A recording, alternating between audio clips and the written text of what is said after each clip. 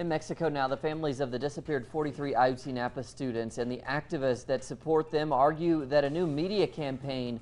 in conjunction with repressive security policies are being implemented to delegitimize their movement for truth and justice in the case that has been ongoing for over a year. Our correspondent Clayton Kahn now reports. Denied access to the press conference behind this wall in a downtown Mexico City luxurious hotel, this group of representatives from different social organizations say they are present to express their solidarity with the parents of the disappeared 43 Ayotzinapa students. We are here because the parents called on us to come and boycott this activity by the Citizens Council, which is defaming the parents of the students and the group of independent experts. The press conference, organized by a right-wing think tank, lays out a new argument that an independent investigation on Ayotzinapa being carried out by respected experts from the Inter-American Commission on Human Rights is a left-wing conspiracy.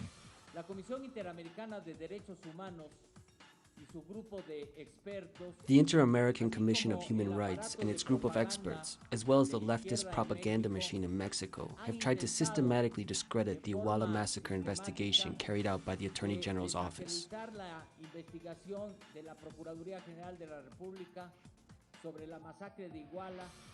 While the think tank's arguments are based on little evidence, the activists outside, who were later removed by security, argue that it is important to counter these new claims so as to not further confuse public opinion and ultimately damage possibilities of finding truth and justice in the Ayotzinapa case.